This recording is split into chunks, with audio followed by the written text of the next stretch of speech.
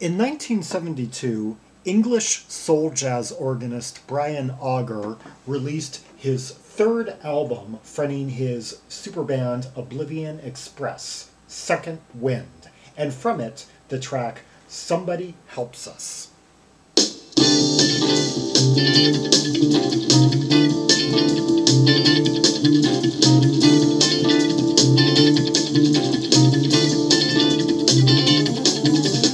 D, basically. I was about to say D minor, but I'm actually hearing kind of the minor major somewhat suppressed. I'm hearing like two notes, and then I'm hearing like a suspended no, no, no, no, no, no, no.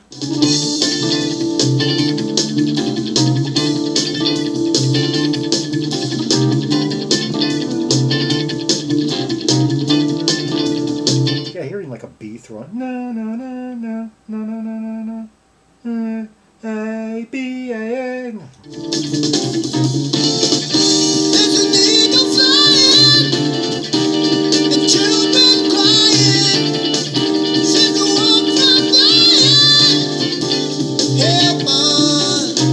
The vocals sound a lot like Gary Wright and Spooky Tooth. Somebody help us.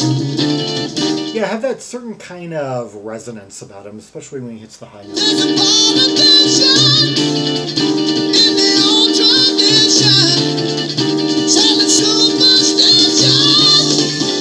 Really hitting those high notes well. I hear that ringing guitar constantly. I love the I love the element it adds to the whole rhythmic thrust of it all. Somebody help us. I got to find what you feel. For the record, the guitar on this is played by Jim Mullen, who had played with Pete Brown and Paul Blocto, and would later form a duo with If saxophonist Morrissey, Morrissey Mullen, yeah, Dick Morrissey, yeah, and they would put out a whole bunch of albums between like 1977 and 1985. If you wanna know what is real, I know.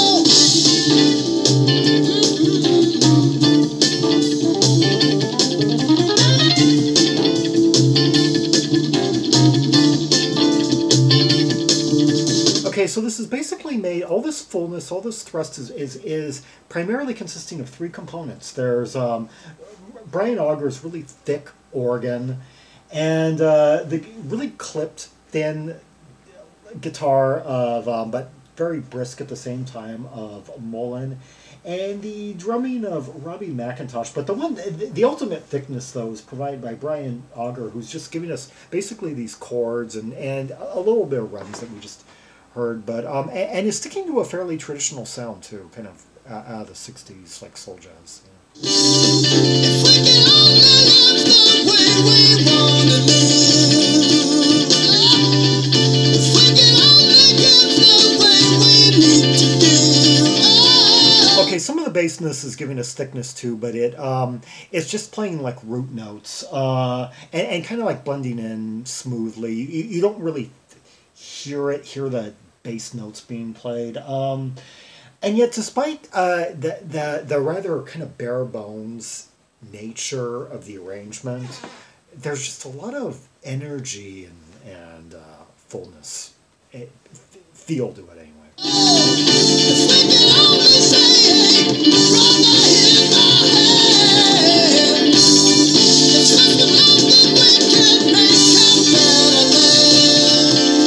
You know, actually, the vocals sound like a mixture by Alex Ligertwood, and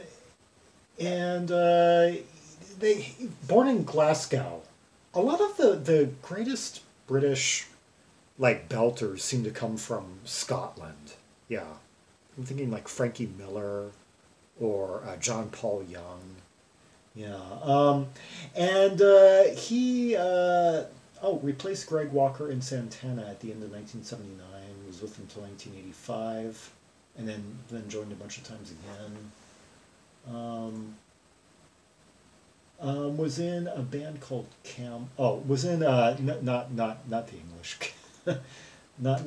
he was in Sopwith Camel for a time. Yeah, he's actually starting to sound like a cross between Gary Wright and Steve Winwood. And to think those two were kind of like rivals. Spooky Tooth and Traffic were rival bands on the initial Island stable. There's an eagle flying, there's children dying, sing the world from crying. Help us, somebody help us, help us.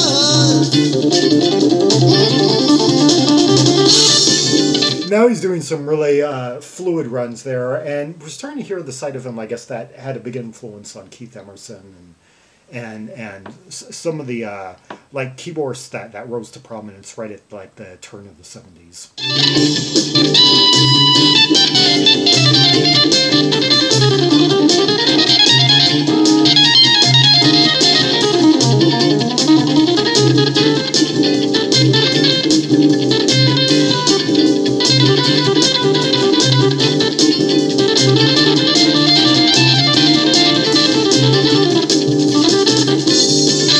Okay, it seems like he's like soloing on a Hammond, and he's also giving us like some sustains like on organ. Because I'm hearing this one persistent sound all the way through. Oh, like.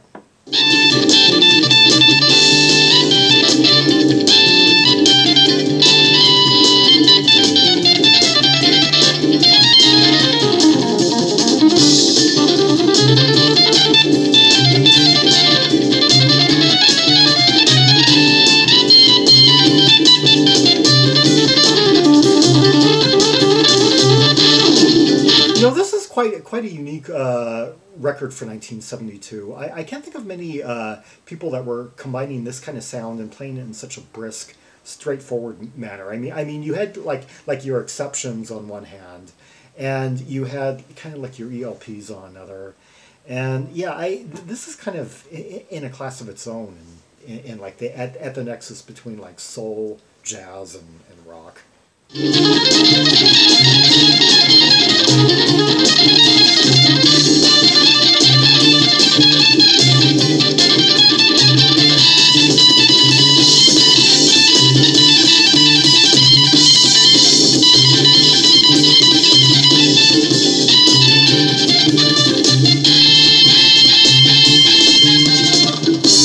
Okay, those last few bars there and those runs as he went higher and higher, yeah, definitely showing his virtuosity, definitely, and which he's been very subtle about throughout this piece. He's mostly been sticking to rhythm, sticking to the track, and one of those keyboardists where he could just probably blow them all off the stage if he wanted to. Perhaps even Emerson or Correa, maybe. But, as the saying goes, a rich man doesn't need to tell you that he's rich.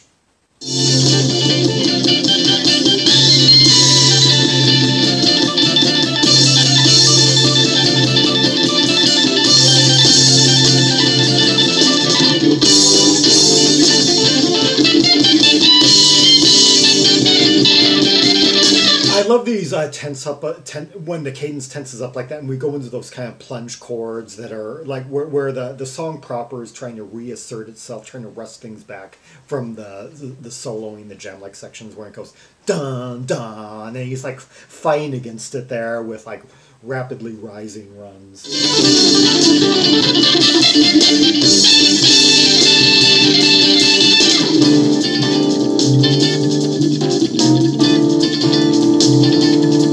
Okay, I'm wondering if we're going to hear Jim Mullen really stretch out here.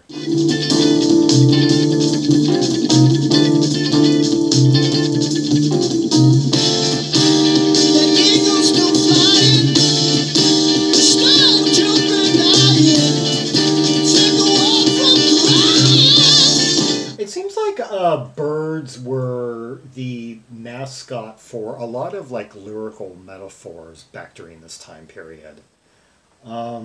Yeah, like eagles, you know. Help us. Somebody help us.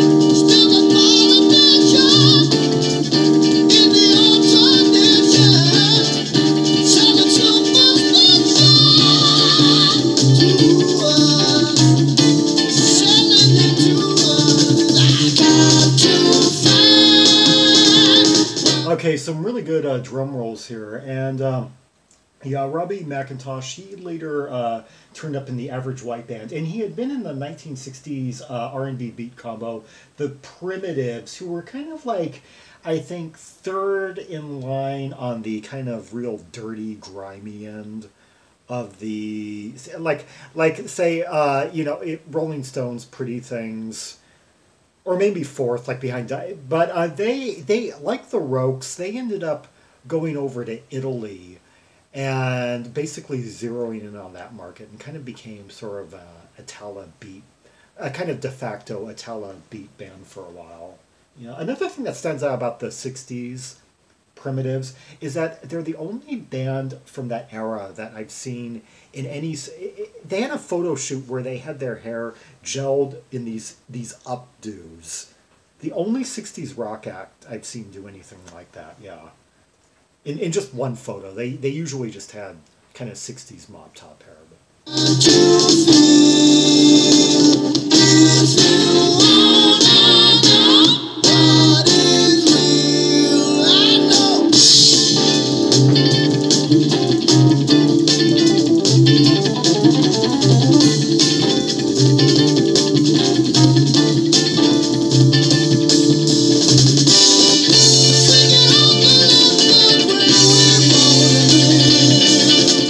It's swelling like more thicker, more like as we plunge into this like F part right here. Yeah.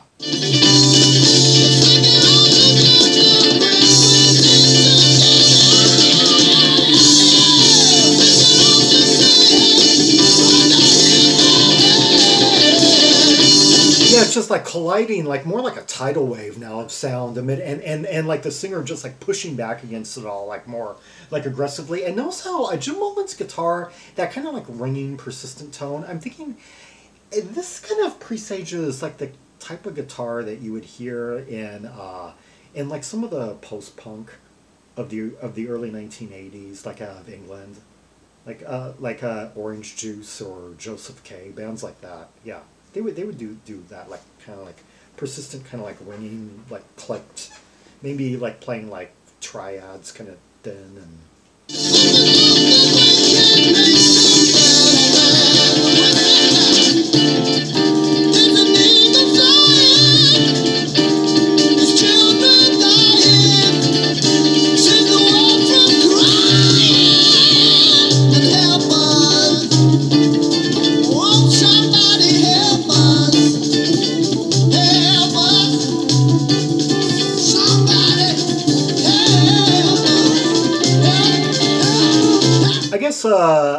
Comparisons somewhat to Blind Faith could be made in a few departments. I'm thinking that may, because I just think that record may have been like the most aggressive Steve Winwood ever really, aggressive and serious that Steve Winwood ever got on vinyl, because after he reformed Traffic became a bit more becalmed, a bit more percussive oriented, jam based. Yeah.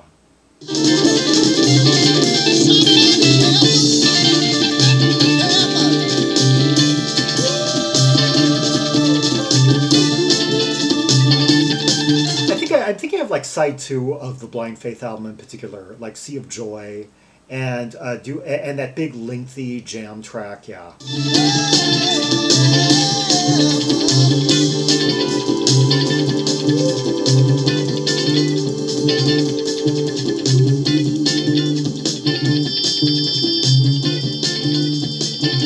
Hear that echo? Hear that like kind of ringing, echoey.